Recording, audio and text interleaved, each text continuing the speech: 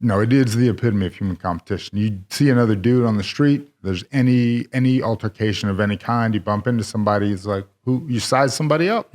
You know, if this was a fight, who would win this fight? Who's got more money? Who's got better game with women? Who's got whatever? You know, these are the kind of things you think when you're a young man or a woman. You know, it's like, and that's kind of where, for me, it stems from. I was not a martial artist. Let me jump on a different train and say it's a martial art. Okay. This is, had I known it required this much thinking and coordination and balance and flexibility and, you know, like all the things you think of when you think of martial arts, I would not have started. I thought it was about being tough. You just wanted to punch somebody. Yeah, it is about, you know, it's about discipline, integrity, honor, like, you know, being controlled fury, being furious in that moment and then turning off when the moment's passed. Yeah. You know, so it's really, it's a lot of things. You know? Yeah, it's the epitome of a lot of things. I was a competition, but also it is the most open sport. What do I mean by that? Open sport. I mean, there are new ways to win that people have never done before. Still happening this year. Yeah. New submissions being created. That I was like, I was a black belt and we never did that. I'd never seen that before. You're just inventing moves. I quit. I'm out. You know, it's like like people doing techniques. I was told, like, don't do that. And now people are just executing those flawlessly, like Yair. You know, you have to be special to do that sort of stuff. And then you think about Volkanovski, you know, just everything he represents. What a great human being, right? You know, just like bottom line. I mean, Yair too. Yeah. Yeah. That's awesome, man. Yeah, and I mean, you know, these are it's complex, it's chess. You can only get so far if it's all fury and rage. Can you explain that for me? I want to get back to your story in a second, but first you mentioned it's chess. So when I got into jiu-jitsu a couple years ago, that's what somebody explained to me. They said it's like a playing game of chess, but with your body against somebody else. And that's exactly what I've found that it is. And it's like 3D chess, really fast or really slow. And then it's like every opponent you play against has a completely different game. It's like, but wait, rooks aren't supposed to go that way. Yeah. You know, it's like, but wait, I've never seen, he's submitting me. I'm cross-eyed top and he's submitting me. How is this happening? You know? So it's even hard to explain in that manner because if you're not familiar with the sport and you don't really understand what's going on. And that's why I'm glad a guy like you is trained a little bit because only if you train a little bit can you really appreciate what's happening. If you've never trained MMA or jiu-jitsu or any, then you don't realize what they're doing. It's like I have an appreciation for the NBA and the NFL just from playing in high school. Yep.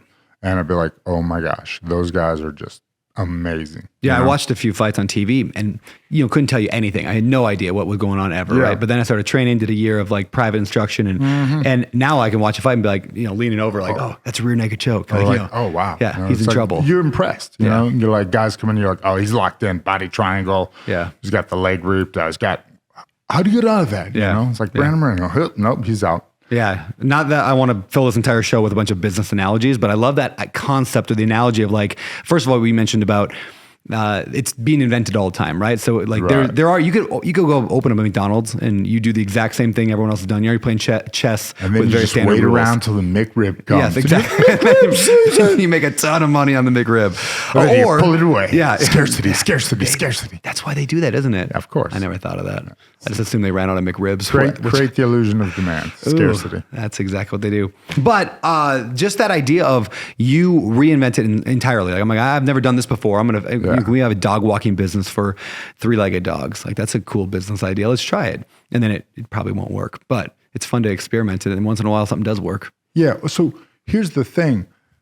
It's happening all around the world. Like, so people are doing it different in Brazil and they're making it in the States and then there's a melting pot and then in China, Asia. So, you know, people are developing the sport in different places at different times. And something we don't realize about sport when people talk about, you know, if you had this or that the other day, if I'd have had this place, would I have been better? Of course I would have been better. Good thing nobody else had this place either. Nobody else knew really what we were doing. Nobody else had it figured out either. So, it doesn't matter that I didn't have this place. But what we really didn't have was YouTube. It sounds stupid. Social media or the velocity of the technique, as in there's a billion fights now, right? Yeah. There's always a fight. There's 44 UFC events, numbered UFC events.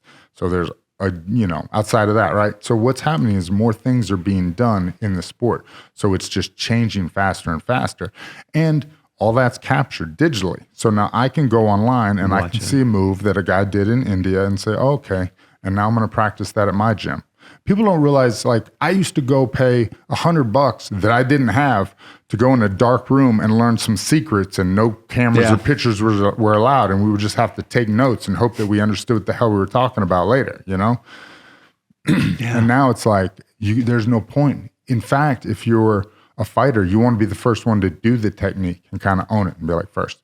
Or if you're a trainer, you just say, all right, this is something cool I'm doing. And you just shoot the content and you just post it, or post one of your athletes doing it and say, look what I showed them. Because there's no point in trying to keep it secret. Yeah. That boat has sailed. Right. Yeah. We call it oftentimes the democratization of information, right? Like information just like in the world of Wikipedia today, it's like there are no secrets anymore. Wikipedia, you old man. It's all ChatGPT. This is true. In the world of ChatGPT, who steals everything from Wikipedia, there's nothing hidden anymore. In fact, Bigger Pockets, the kind of the world that I kind of grew up in real estate wise, right? Like that was the first like main, like, hey, what if we just gave away all the information for free? And that was as Wikipedia and as the other ones were coming up, and that's why it grew so rapidly, and that's why you kind of beat it to that, where it's like, all right, you got to go to a seminar, you got to pay $600. That's what it used to be. Yep. And you're going to get 4 2-hour blocks, and and then they're going to sell you on some $20,000 program to sell you on the $100,000 program. And they're like, hey, we're only going to teach you this little thing in a dark room, and you have to take notes. And now it's like, well,